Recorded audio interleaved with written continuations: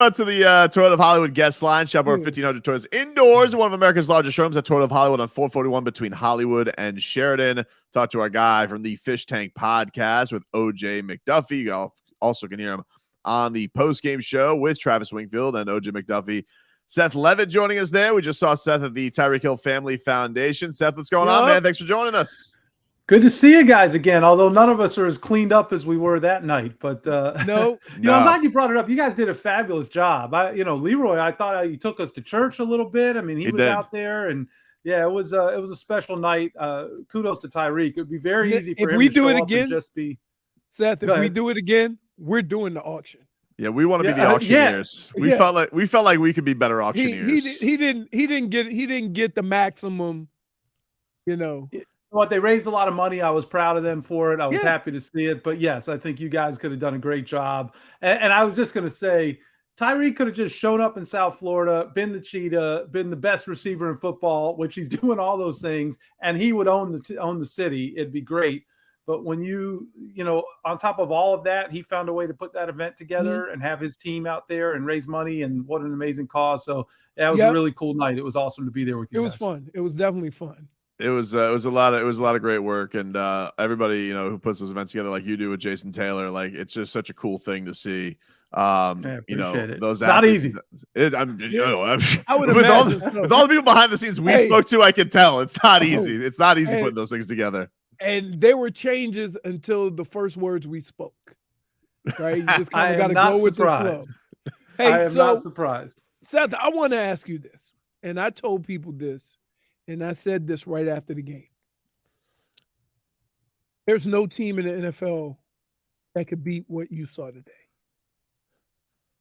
I was winning football. Yeah, that was winning football, regardless of the opponent. Team, regardless of the opponent. You controlled the line of scrimmage. You ran the ball for almost 200. You threw the ball for almost 300. Your third down efficiency was off the charts. You did whatever you wanted to do, and it all started from a place where Mike McDaniel loves to start, and that's the running game. Who beats that? Yeah, if you can bring that to the table each and every week, you're right. I mean, that's a tough out for anybody, and it doesn't matter who the opponent is. Granted, you're not going to play the Cleveland Browns every week, and they've got some good football players over there, but we know there's some better football teams. But at that level of play, it doesn't matter who the opponent is. I agree. So it'd be nice to see. It was interesting to hear Tua talk about, momentum. You almost kind of lose momentum going into the bye week, as much as it's important to get that rest. And hopefully a couple guys who are nicked up can get that rest and get some ice and stim and feel like they've got some fresh legs when they come back for Houston. But man, they have been rolling. And starting with that quarterback, unbelievable what Tua's been doing. And you brought up third down efficiency. I mean, it's historic. It's 140-something rating. I've never seen anything like it. Right. It's you know what? Tua's right from this standpoint. When you got it going and you get into a groove, not only with games, but you get into a groove of how well you're adapting to game plans and adjustments you make from week to week. And you get into a groove to where you only have to tweak little things because everything's working. To have to take a week off, and then you got to take a test when you come back to see if we're going to continue or if we're going to have to work on some previous things. Yeah, I could see why, you want to keep it going. I don't disagree. I mean, my kids just had 3 days off they didn't expect because of the hurricane, and they had to go back to school, and it was like the summer just ended. Like they could, so these guys get, and I say these guys, Leroy, you lived it, but you're such creatures of habit, and the whole thing is getting into a rhythm, building a routine. Everything that you do, the time the meeting starts, the time you get in there for stretch, the time that you spend in the cold tub, and there's an interruption in that. And there are some benefits to that interruption, and the biggest of which is that guys aren't getting smacked around, and they can heal up some bruises, and hopefully some of that soft tissue stuff starts feeling a little bit better in the morning. Yeah. But I don't ever want them to stop playing football when they've had a run like they've had the last 3 weeks. You know how coaches used to get around that? When I was in Minnesota, the first day of camp, we got a schedule throughout the Super Bowl.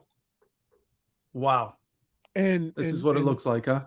yep, this is what we're going to be doing. So I could point to any day during the football season, and Denny Green would stick to that schedule. Now, conversely, Bill Belichick would say, bye week, you're going to determine what your bye week is based on how you play leaving the bye week and going into the bye week. That's fair.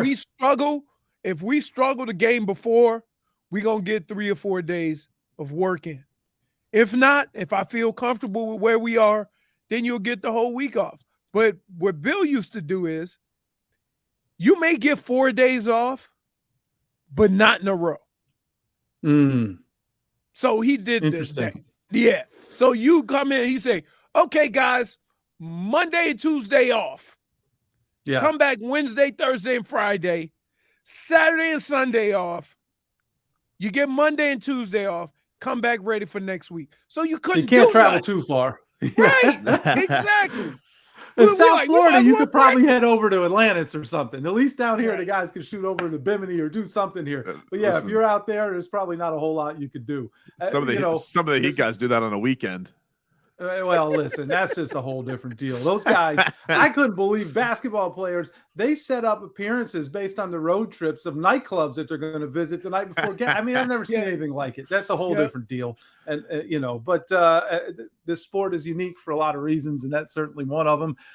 Listen, we heard Coach McDaniel say he is a leader by example, and he's going to lead by showing them how to rest. So I imagine he's encouraging them to let their hair down and get their feet up. So speaking of Mike McDaniel, you guys had Alec Ingold on. He's the episode for the Fish Tank podcast this week. That's a McDaniel guy. This past game had to be, I'm sure he's loved everything that they've gotten, obviously, from Tyreek and Jalen Waddle, but this game was probably what he envisioned when he took the job, between all the guys that contributed to the win and how they got it done with the balance.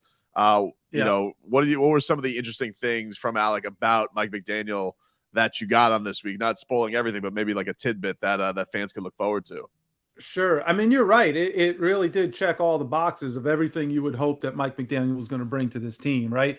And I, as a side to, and I'm definitely going to answer your question here, but you guys are in the business of getting guests. When you line up a guest and then everything falls perfectly for you. I mean, we get Alec Ingold on Thursday, and then the guy goes out and he scores the first touchdown of the game. He's making catches, he's doing pirouettes and jumping over defensive backs and doing all these things, and playing smash mouth football, and they rush for 200, like Leroy said. I mean, I'm just sitting up there this. I can't wait to drop this episode, and it's also the 1-year anniversary, literally to the day that he was carted off the field in Oakland with his ACL injury. So, you talk about a resurrection for Alec Ingold. It's really special. But what he talked about, to your point there, Tobin, is that he said, he picked this team for a very specific reason. He said, I thought I knew how to play football. I'm really playing football now. And that he is learning things that he didn't even realize existed about the game and the position. And he used the term reinventing the fullback position. And we joke about how, there's only a handful of fullbacks on the planet anymore. It's just not, it's a lost art and a dying breed in a lot of ways. And he's one of the few and the proud. But he said this is fullback on an entirely new level, something that he just couldn't even have envisioned, as excited as he was to be here. So it said the game plan changes every week. He said that, you think that you might expect whatever, you're saying 15 plays as a fullback that you run all year. He said he's learning 100 plays a week, and it's always different. And there's different formations. And we see that. And I think we're seeing the result of that based on the way the opponents are trying unsuccessfully to stop this offense.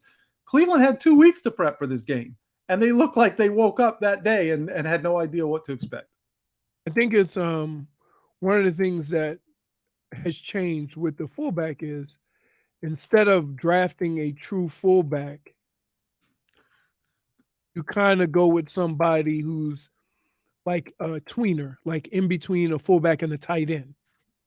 And so a lot of these guys, and the Dolphins have had guys like this, that they use them to go in motion a lot. They sit them in the backfield. They move them around a lot. And sometimes these offenses now are treating that guy as their most versatile in the backfield. So they're going to use him a lot. He's going to do a lot of different things. And that's probably what makes it fun for him. That, yeah, he's listed as a fullback. Sometimes you'll see him in the slot. Sometimes you'll see him on the end of the line of scrimmage.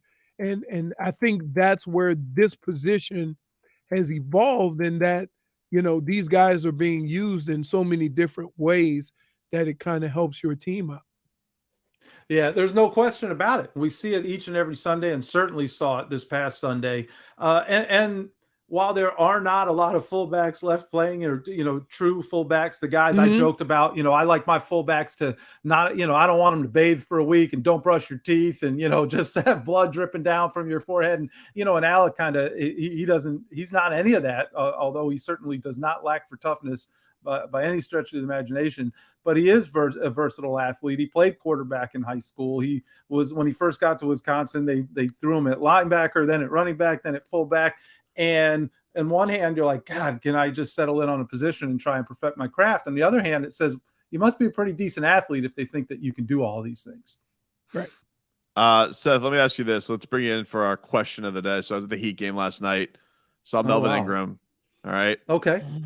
Saw Melvin Ingram talking to a certain wide receiver who was there. You may have heard of him, Odell Beckham Jr. Never heard of him. Well, let me just ask you this. Odell Beckham Jr. on the Dolphins. Tickle your fancy? So this is a setup. This question is a setup, Tobin. Welcome to my world, Seth. Yeah. Yeah, man. Like, this is a total setup. So do I think they need to add a piece like Odell Beckham? Does the Miami Dolphins offense need to do that? I would say no. This is one of the most explosive offenses in all of football right now. They are dealing. You've already got, there's only one football to go around on every play. And you've got amazing chemistry right now on that offense, in that huddle, in that locker room. You got Tyreek Hill putting up historic numbers, Jalen Waddle, who's also having a Pro Bowl-like season thus far.